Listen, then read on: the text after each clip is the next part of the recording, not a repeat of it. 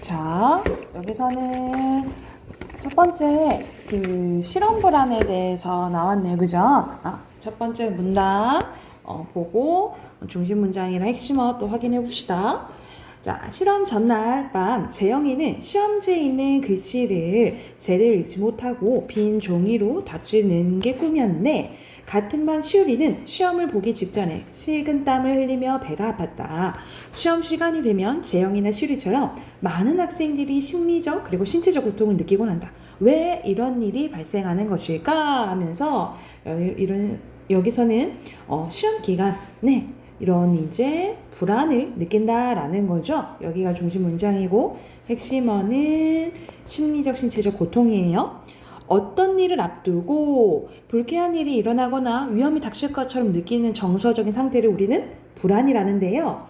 자, 실험을 보는 상황에서 재영이가 느낀 불안은 꿈을 통해 나타났고 수유리가 느낀 불안은 배앓이로 신체적인 반응으로 나타난 거지.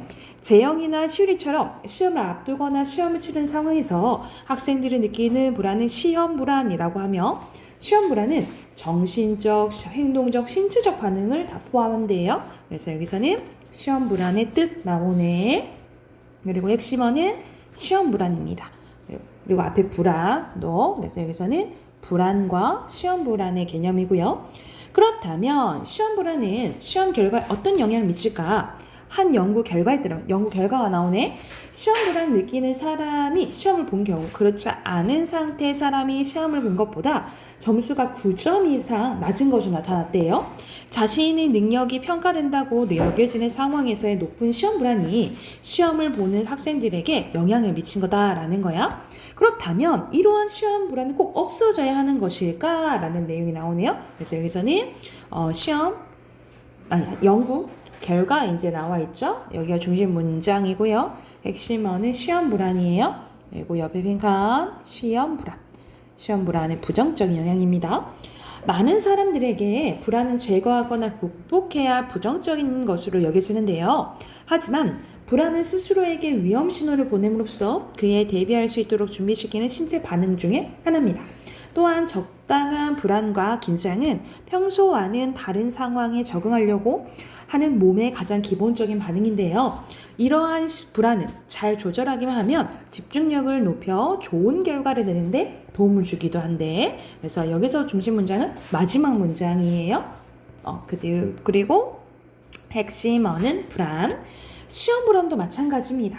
시험 불안을 느낀다면 너무 초조하고 또 불안 증상에 이제 집중하기보다는 몸에서 나타나는 반응 있는 그대로 받아들이면서 현재 자신이 느끼는 감정이나 신체 변화를 관찰하는 게 좋대. 그러니까 그대로 인정하는 게 받아들이는 게 좋다 이 말이지. 불안하면 불안한 대로 자연스럽게 행동하다 보면 어느새 괜찮아진다라는 내용이네요. 그래서 여기서 중심 문장은 이 두 번째 문장으로 볼게요.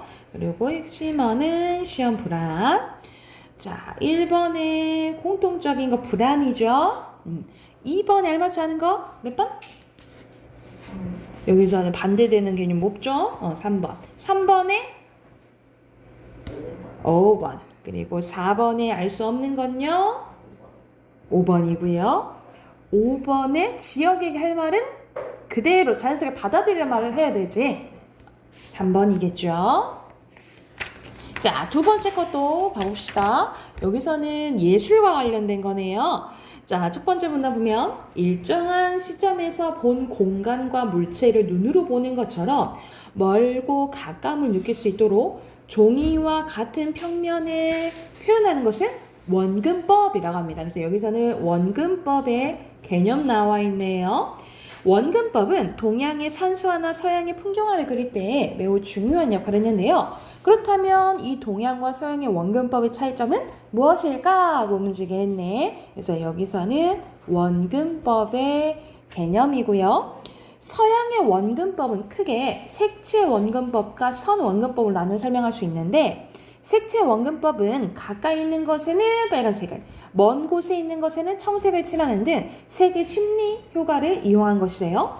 우리가 주로 알고 있는 원근법은 선원근법으로 앞에 있는 대상은 크게, 중간 대상은 중간 크기로, 먼 것은 작게 표현하여 거리가 멀어질수록 대상의 형태가 점점 작아지다 마지막에 점으로 모이게 되는 것을 가리킨대. 그래서 색채 원근법과 선원근법 모두 대상을 보는 사람들이 중심이 되기 때문에 본 사람의 위치에 따라서 그리고자 하는 대상 형태가 달라진다 이 말이야. 그래서 여기서는 색채 원근법과 선 원근법에 대한 설명이죠. 그래서 여기서는 포괄해서 서양의 원근법 얘기하고, 그에 반해 동양의 이제 원근법입니다. 동양의 대표적인 원근법은 삼원법인데요. 자, 삼원법은 고원법, 심원법, 평원법을 구별할 수 있는데, 똑같은 산을 표현한다고 했을 때 높은 산 아래에서 위를 쳐다보는 방식으로 표현한 것이 고원법, 그리고 높은 산에서 아래를 내려다보는 게 심원법이라고 한대요. 또 산 위에서 다른 산 위, 즉 비슷한 높이에서 바라보는 방식을 평원법이라고 합니다. 그래서 삼원법은 사람이 중심이 아니라 그리고자 하는 대상이 중심이었대. 그래서 그리고자 하는 대상을 중심을 두고 그리는 사람이 다양한 각도로 이를 담아내려는 게 이 동양의 대표적인 원근법이라는 거야. 그래서 여기서는 동양 쓰면 되겠죠. 동양과 서양의 원근법은 이처럼 차이가 있는 이유는 무엇일까? 대답이 바로 나오네요. 이것은 동양과 서양의 사람들이 사고방식이 다르기 때문이에요. 서양 사람들은 인간을 중시했기 때문에 자연을 정복해야 할 대상으로 생각했습니다. 반면에 동양 사람들은 자연과 인간 하나라 보고 자연과 인간이 더불어 살아가야 된다고 생각했다 이 말이야. 그래서 여기서는 동양과 서양의 원근법 핵심을 보시면 되고요. 동양과 서양의 원근법 가운데 어떤 것이 더 좋다고 할 수는 없대. 다만 각각의 방식이 삶의 방식과 문화적인 차이 때문에 나타난 것이라 이해하고 서로 존중하는 태도를 가져야 된다라는 내용이네요. 여기서 핵심어는 존중입니다. 자, 6번의 원근법, 7번에 알맞지 않은 거. 여기서는 3문단이랑 2문단은 서로 각각 서양, 동양 얘기하는 거죠. 보충하는 거 아니죠? 2번이고요. 순서대로 서양, 동양 쓰시면 되고, 9번에 아닌 거 1번 그렇죠. 그리고 10번은 동양이다, 그치? 적절하지 않은 것은? 그치, 우리는 정복한 게 아니고 서양 쪽 사고방식이죠. 자, 뒤로 넘겨서 어휘 확인해보면 1번에 물체, 그리고 2번에 시점, 그리고 3번부터 디귿, 기역, 니은, 리을, 그리고 7번에 적응, 8번에 대비, 9번에 1번, 10번에 3번, 11번에 1번, 12번에 반응, 13번에 부담, 14번에 사고방식. 됐나요? 오케이. 문학책 펴봅시다.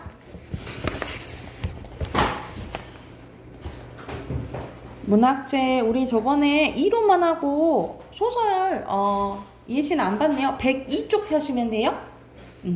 자, 102쪽 보면은 여기서 우리 저번에 이론했던 게 우리가 중심 사건 그리고 갈등이 있었어, 그치? 갈등이 크게 어떻게 나눠진다 했죠? 내적 갈등과 외적 갈등 나눠진다 했지. 여기는 어떤 갈등이 나와 있는지 한번 봐볼게요. 할머니를 따라간 매주라는 소설입니다.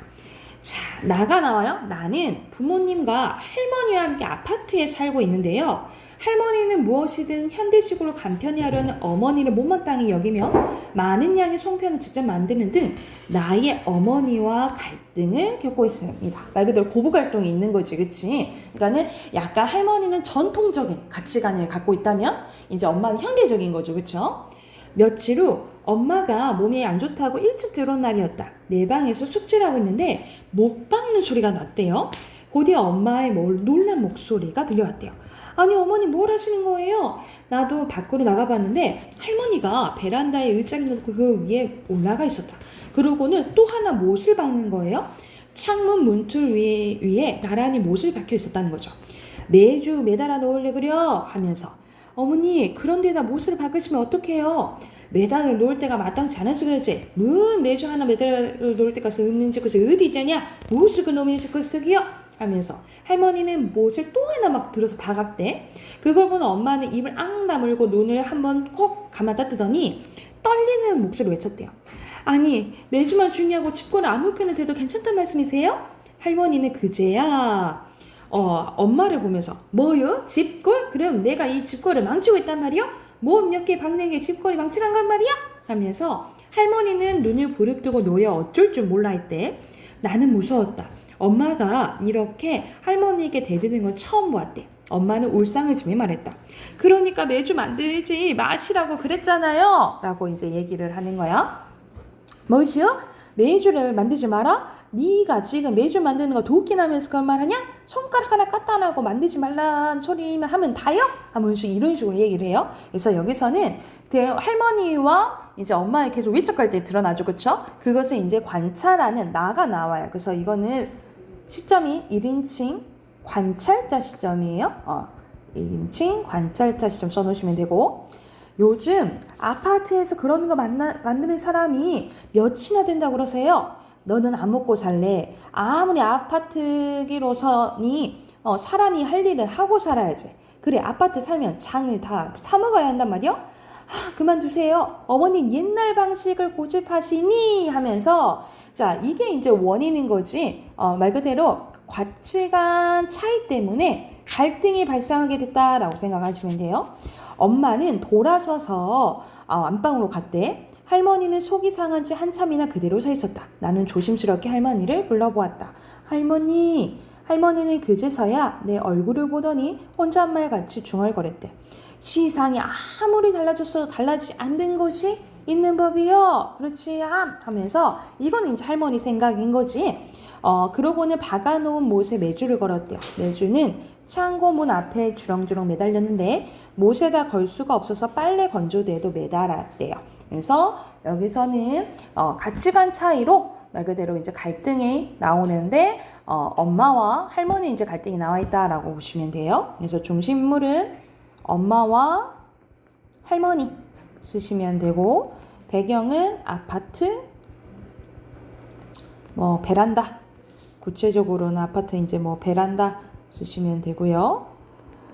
중심 사건은 할머니가 이제 매주 매단다고 베란다에서 못을 받게 된 거죠. 그쵸? 그래서 여기서는 전통적인 할머니의 사고방식을 이해하지 못하는 할머니와 이제 엄마의 인물과 인물 간의 외적 갈등이 드러나 있다라고 보시면 돼요.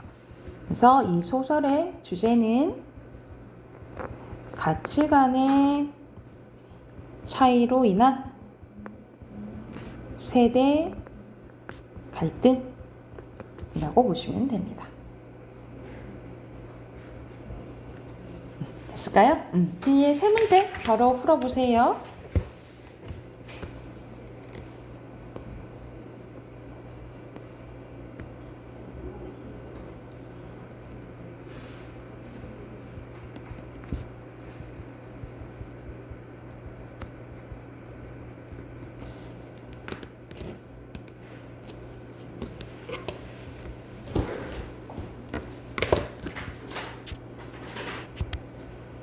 자, 여기서는 엄마, 할머니 매주죠?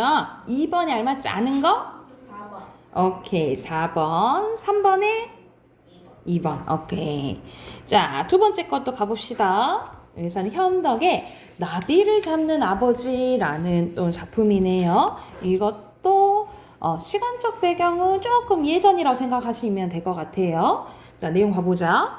바우는요 서울로 진학한 경환이와 달리 시골에 남게 됩니다.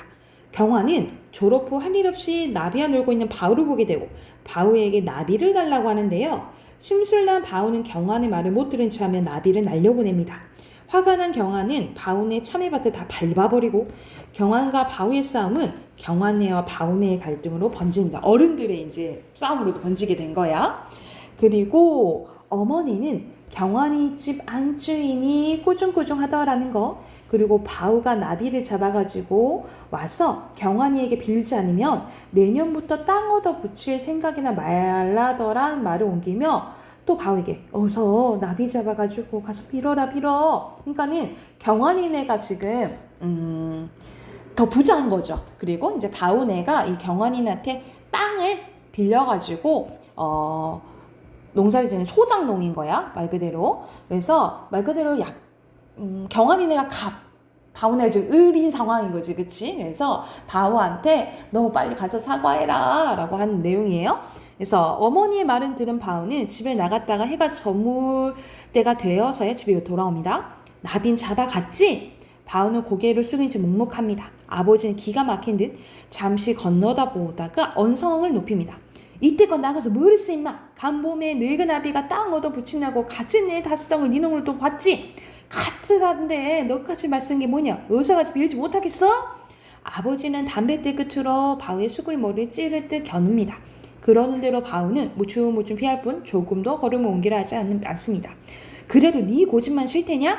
그러려고 아주 나가거라! 아주 나가! 하면서 아버지는 빗자루를 들고 막 나섰대. 그 아버지가 보이지 않는 곳에 이르자 어머니는 부엌에서 나와 작은 음성으로 바우를 달랩니다. 아버지 속상하시게 하지 말고 오늘은 나비를 잡아가지고 가봐라. 땅이 떨어지긴 하면 너는 좋겠니? 생각해봐라 라고 이제 얘기를 하는 거예요. 이런 거 여기서도 심리가 언제 어머니 다 나오니까 여기서는 3인칭 전지적 작가 시점이라고 보시면 돼요.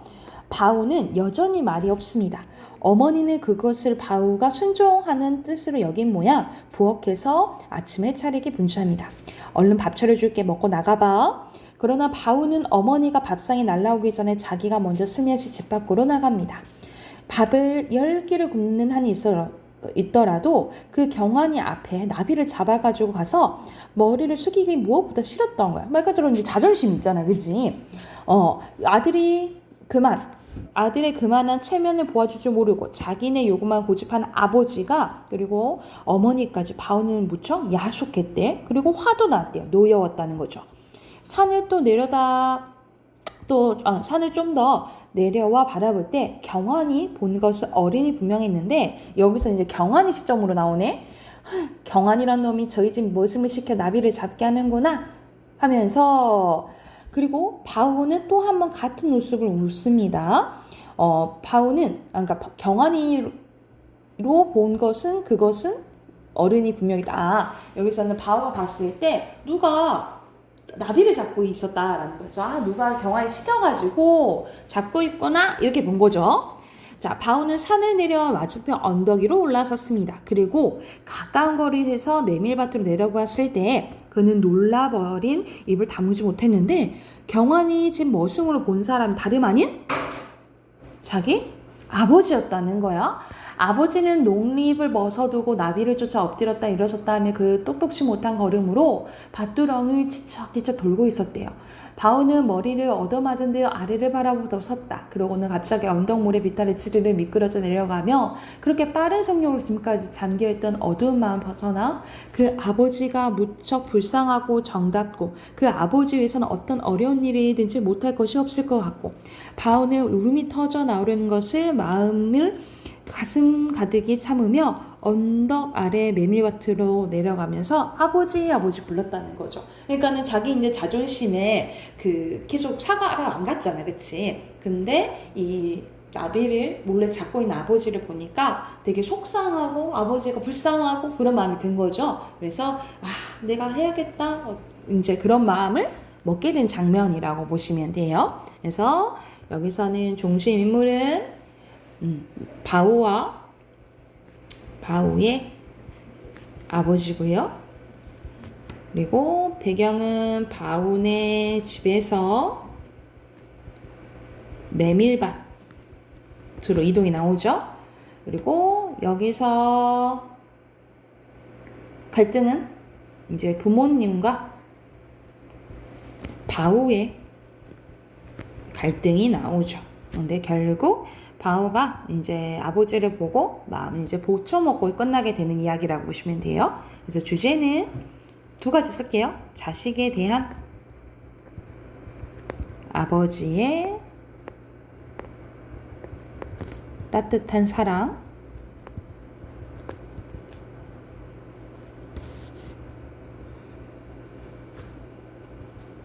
그리고 두 번째는 마름은 이제 땅 빌려주는 사람을 생각하시면 돼요.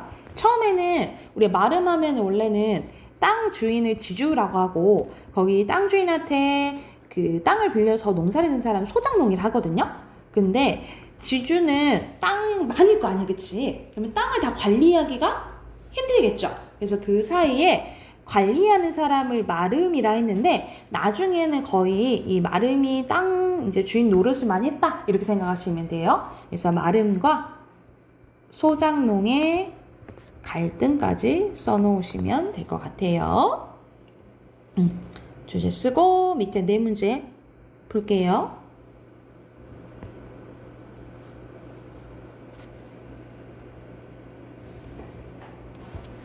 다 했나요? 자, 순서대로 나비, 체면, 5번에 아닌 거, 땡. 경환이는 집에서 안주인이 땅 붙일 생각 하지 말아라. 이 얘기했다고 얘기했잖아. 바오한테. 그쵸? 첫 번째. 아닌 거?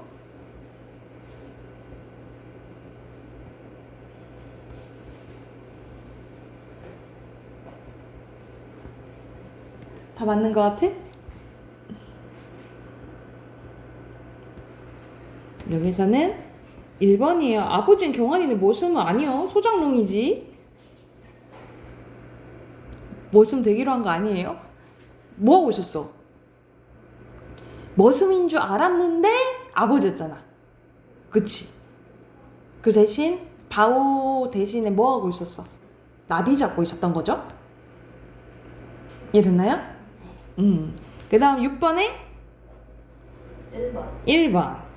그리고 7번에 나비입니다. 오케이. 우리 마지막 문법 해봅시다. 오늘은 94쪽 할 차례네요. 자, 모음이 갑자기 나오지, 그치? 우리 자음과 모음 이제 외웠죠? 완벽히 외웠고, 자음과 모음 부분을 우리 월말평가 볼게요. 이 자음과 모음에 해당되는 거 월말평가 볼 거고, 그 전에 다시 한번 복습합시다. 여기서는 뭐에 대해서 나오냐면 발음에 대해서 나오는데, 우리가 이거는 언제 나오냐면 2학년 때 나와요. 2학년 때 좀 나오는 부분인데, 우리가 표준 발음법, 그러니까는 말 그대로 우리가 쓸 때 지켜야 될 걸 한글 맞춤법이라 하잖아요. 그치? 근데 여기서는 한글 맞춤법 플러스 어떻게 발음해야 되는지 표준 발음법 나와요. 자, 거기에 대한 이제 일부분입니다. 첫 번째, 모음 여의 발음입니다. 우리가 여는 이중 모음이잖아요. 그치? 이중 모음인 거 알죠? 자, 용언의 활용형에서 우리 용언은 뭐야? 형용사. 그렇지. 형용사와 동사 얘기하죠. 활용형이라는 거는 변하는 거 얘기하지. 그치? 이 용언의 활용형에서 나타나는 처는 발음도 힘들어. 그래서 이거는 다 그냥 처로 발음합니다. 그래서 가저라고 발음 안 하고 가저. 끼어가 아니고 다 처가 아니고 다 처. 이런 식으로 발음한다 이 말이야. 그래서 용언의 활용해서 처로 발음한다 라고 보시면 되고요. 그러니까 이중모음이 아니라 단모음으로 발음한다라고 생각하시면 되겠죠. 그리고 모음 이해의 발음입니다. 이해는 이해로 발음하는 게 원칙이나 이해의 이외의 이해는 에로 발음하는 것도 뭐한다? 허용한다 이 말이야.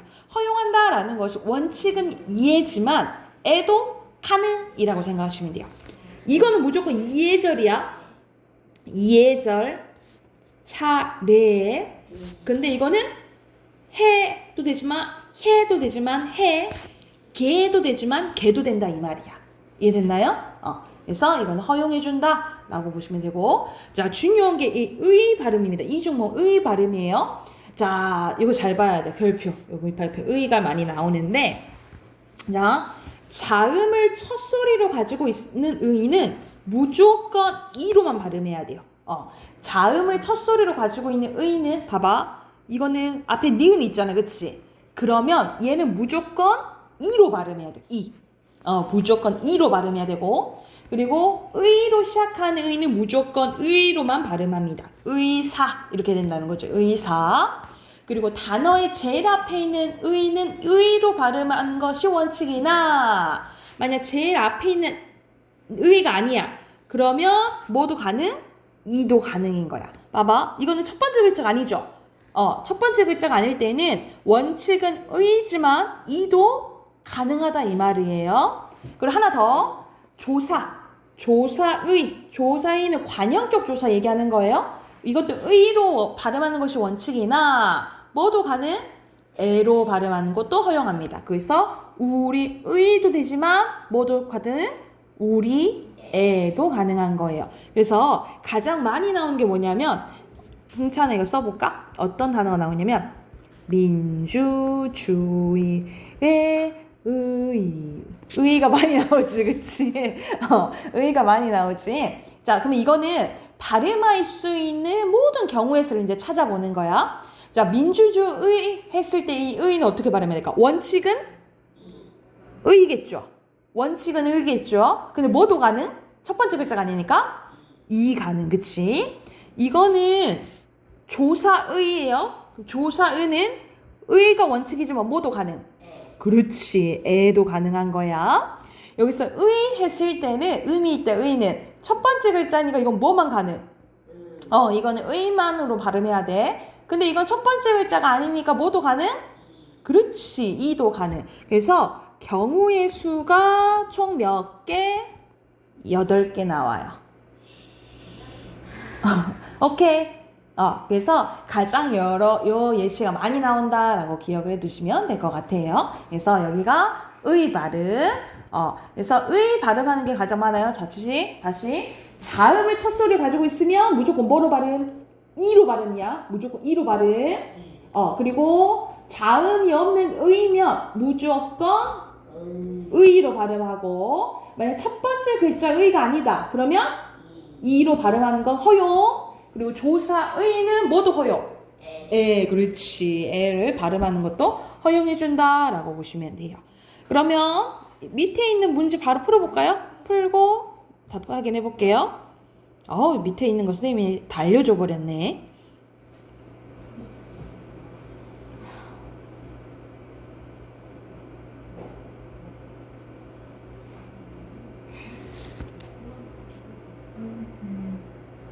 같이 봐볼까요?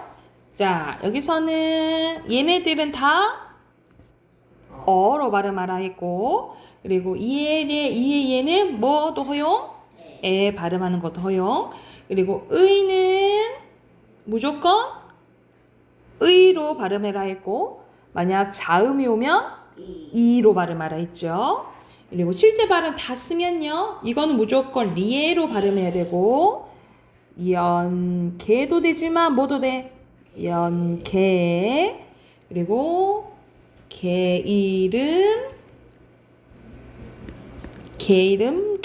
둘 다 되고, 다 저서죠. 쳐서죠. 쪄서죠. 그리고 여기서는 그리고 그리고 이겠죠. 오케이. 자, 그리고 오른쪽으로 가볼게요. 자, 오른쪽으로 가보면 뭐에 대해서 얘기 나오냐면 헛받침과 쌍받침에 대해서 나와요. 자, 우리가 받침 있잖아. 이런 식으로 받침, 하나의 받침이 있으면 헛받침이라고 하고요. 이렇게 해서 똑같은 게 두 가지가 오면은 두 개가 오면 쌍받침이라고 하고요. 만약 서로 다른 게 와요. 그러면 얘를 겹받침이라고 해요. 그래서 받침에는 세 가지가 있네요. 뭐 있어? 꽃받침, 쌍받침, 겹받침. 이렇게가 있는데 먼저 꽃받침과 쌍받침의 발음이네요. 이 발음 뭐라 하냐면 우리가 받침을 쭈르륵 쓸 때는 상관이 없어. 발음이 이거 많이 쓸 때는 상관이 없는데 발음할 때 있지. 발음할 때는 요 7개 중에 하나로 바뀌어요. 이것을 뭐라고 하냐면 음절의 써놔. 음절의 끝소리 규칙이라고 해요. 음절의 끝소리라는 것은 받침 얘기하는 거겠지, 그치? 음절의 끝소리 규칙인데, 같은 말로 이게 7개여서 7종성법이라고 해요. 7종성법이라고 하는데, 뭐라고 외우시면 되냐면, 자, 이것 중에 하나로 바뀌는 거야. 그래서 어떻게 보통 외우라 하냐면, 가느다란 물방울 이렇게 외우라고도 하고, 아니면은 남학생들은 이거 잘 한번 들으면 잘 기억하더라고. 뭐라고 하냐면 그녀 다리만 보여 뭐 이렇게도 외우더라고요. 근데 선생님은 학생들이랑 만든 게 뭐냐면 그때 한참 그 먹방이 유명해가지고 그 혹시 진짜 버거 알아? 버거 하면서 먹는 거? 몰라요? 안 들어봤어?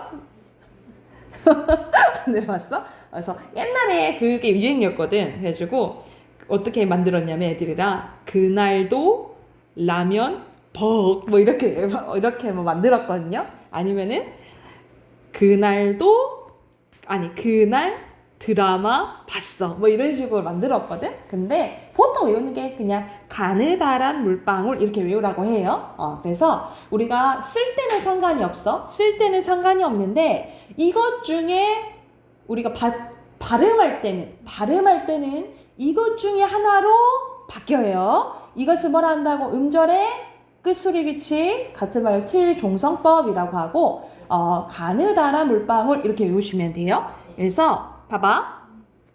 기역, 쌍기역, 키읔은 기역으로 발음 나고요. 받침에서 니은 그대로 니은. 디귿으로 발음 나는 게 가장 많아요. 디귿, 티읕, 시옷, 지읒, 치읓은 디귿으로 발음 나요. 근데 여기 한 가지 빠졌다. 히읗도 써. 히읗도 디귿으로 발음 나요. 히읗도. 예를 들어 봐봐. 이거 애들이 히읗으로 발음하는 경우 많거든요. 그럼 어떻게 발음해야겠어? 그렇지. 히읗 이렇게 발음해야 돼. 히읗. 그리고 리을은 리을. 미음은 미음. 그리고 비읍과 피읍은 비읍으로 발음 나요. 그리고 이응은 그대로 이응. 이런 식으로 가느다란 물방울 이것 중에 하나로 바뀌는 게 호받침과 쌍받침의 발음이라고 생각하시면 돼요. 근데 중요한 게 요 밑이야. 자, 여기서 모음으로 시작하는 조사와 어미. 자, 여기서는 모음으로 시작하는 조사나 어미는 뭐라고 생각하시면 되냐면 의미가 없는 형식 형태소를 얘기해요. 우리가 의미가 없는 형태소를 형식 형태소라고 하거든요. 형식 형태소가 올 때는 콧받침과 쌍받침을 제 소리값대로 뒷말에 첫 소리를 옮겨 발음하면 돼. 간단히 말하면 그냥 연음된다 라고 생각하시면 돼요. 봐봐. 앞에 받침이 어떻게 되는 거야? 그냥 이렇게 옮겨가죠. 그래서 발음이 밥이 이렇게 되는 거죠. 이것을 제 소리값대로 뒷말에 첫 소리를 옮겨 발음한다 라는 거는 간단하게 말하면 연음된다 라고 생각하시면 돼요. 그냥 받침이 옮겨간다고 생각하면 돼. 그래서 맛은 까까, 갔으니 이렇게 생각하시면 돼요. 그런데 만약 이건 선생님이 의미가 없는 형식 형태소일 때라 했잖아. 그치? 의미가 있는 실제 형태소가 왔을 때는 어떻게 되냐? 음절의 끝소리 규칙이 적용이 돼요. 이건 음절의 끝소리 규칙이 적용 안 된 거야. 그치? 근데 예를 들어서 밥 위라고 해보자. 이건 상관없겠다. 이거는 말고 뭐를 예를 들까? 이걸로 봐봐. 아래 모음으로 시작했죠. 모음으로 시작하지, 그치? 근데 아래라는 거는 의미가 있죠. 그치. 이럴 때는 음절의 끝소리 규칙이 적용이 돼야 돼. 그러니까 이거는 이파리로 발음 안 하고 어떻게 발음해야 돼? 그렇지. 음절의 끝소리 규칙이 적용되면 비읍으로 바뀌죠. 그래서 이건 어떻게 발음해야 된다 이 말이야. 이발이 이렇게 발음해야 된다라는 거야. 근데 만약 뒤에 그냥 조사가 와. 이건 어떻게 발음해야 돼? 그렇지. 이 패.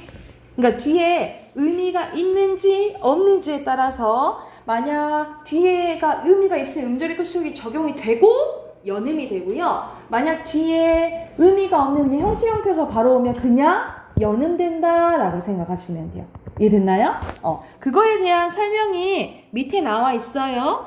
여기서는 겉옷 이거에 대한 발음인데 헛받침이나 쌍받침 받침대에서 모음으로 시작된 말이 이어질 때 그 말이 조사나 어미와 같은 말이 같이 말 사이 관계를 나타내는 말이라면 받침은 제 소리값대로 뒷말의 첫소리로 옮겨 발음합니다. 그냥 연음된다 이 말이죠. 하지만 모음으로 시작된 말이 옷과 같이 구체적인 대상이나 동작, 상태를 나타내는 말이라면 그러니까 말 그대로 의미가 있는 뭘 얘기하냐면 실질 형태수 얘기하는 거예요. 실질 형태수가 오면 받침을 대표음으로 바뀌고 그러니까 말 그대로 음절의 끝소리 규칙이 적용이 되고 그 다음에 연음한된다 라고 보시면 되겠죠. 그래서 이게 디귿이로 바뀌잖아. 티귿이. 그래서 발음이 어떻게 된다? 겉옷으로 된다 라고 생각하면 될 것 같아요. 됐을까요? 이것도 밑에 바로 풀어볼까요?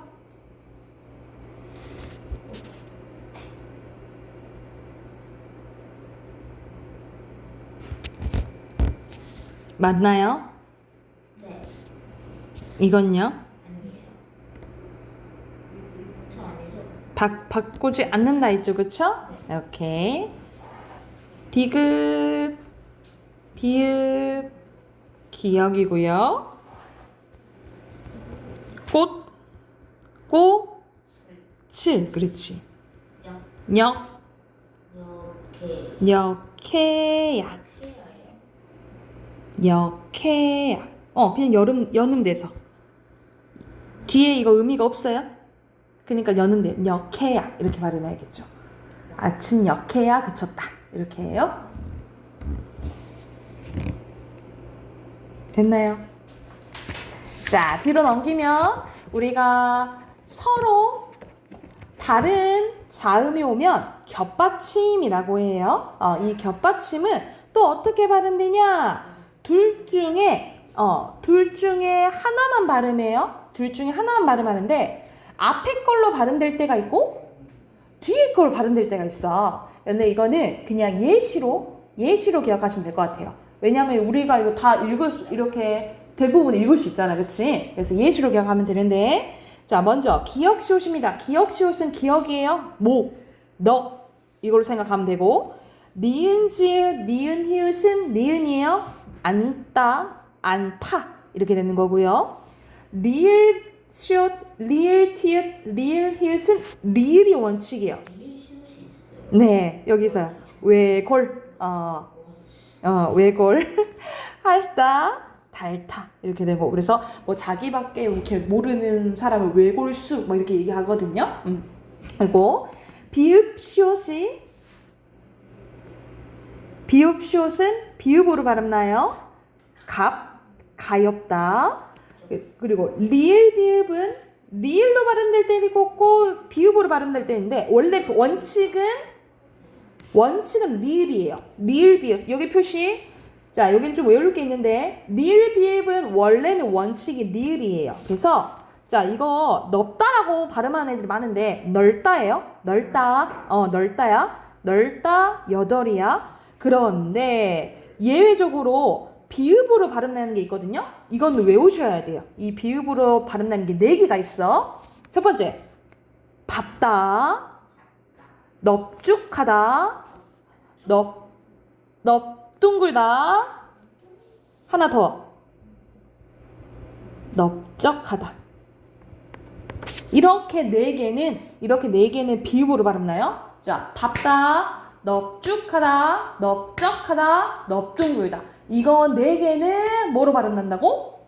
비읍으로 발음나요. 이건 외우셔야 돼요. 이건 예외여가지고. 근데 원칙은 리을 비읍은 원칙은 리을이야. 그런데 비읍이 발음날 때 있는데 그 비읍 으로 발음나는 게 요 네 가지예요. 순서대로 뭐 밥다, 넙죽하다, 넓적하다, 넙둥글다.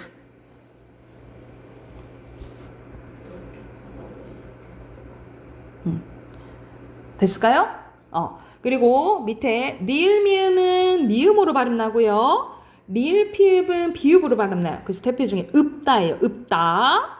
읍다. 그리고 또 예외가 있어. 리을 기억 표시. 리을 기억은 원칙이 기억입니다.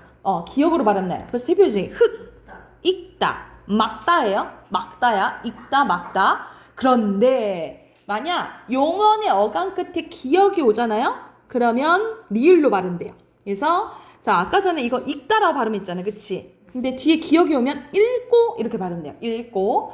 그리고 이거 아까 막다였잖아요. 그치? 근데 기억이 오면 맑고 이렇게 발음해요. 그래서 뒤에 이렇게 기억이 오잖아요? 그러면 연음된다라고 생각하면 돼. 그러면 이거 어떻게 발음나니? 낙다. 그렇지. 낙다야. 기억이 원칙이니까. 그쵸? 근데 이렇게 뒤에 오면 어떻게 발음 나겠어? 날개. 날개. 그렇지. 이렇게 발음 나는 거예요. 이해됐나요? 오케이. 그래서 여기서는 예외인 게 리을 비읍이랑 리을 기억 있어요. 그래서 요거 두 가지 기억하시면 될 것 같아요. 그리고 뭐 밑에 이것도 마찬가지야. 모음으로 시작되는 조사나 어미, 쌤이 의미가 없는 것을 무슨 형태소라고? 형식 형태소라 했죠. 그쵸? 이 형식 형태소가 올 때는 자 이거는 그냥 이것도 그냥 연음돼요. 근데 겹받침 뒤에 것만 연음되는데 근데 예외적으로 시옷은 된 소리가 납니다. 그래서 봐봐 우리 승찬아 원래 이런 우리 자연스럽게 읽으면 닭을 이렇게 발음하잖아. 근데 표준 발음법은 달글이에요. 달글 이렇게 읽어야 돼. 달글. 근데 여기서는 넋시가 아니고 넋시. 시옷은 쌍시옷 발음 나요. 넋시야 넋시. 앉아, 젊어 이렇게 된다 이 말이야.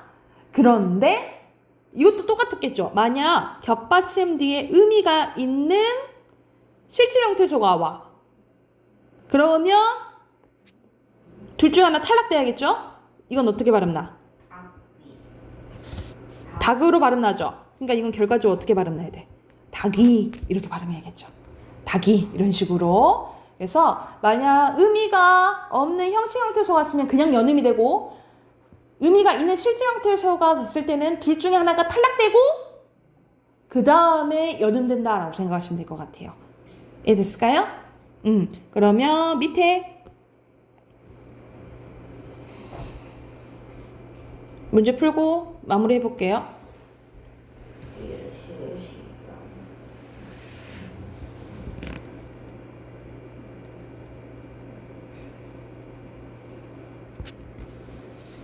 자, 순서대로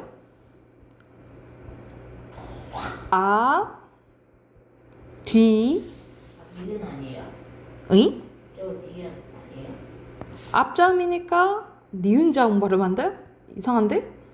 이거 앞 쓰는 거예요. 앞, 뒤. 니은 없잖아요.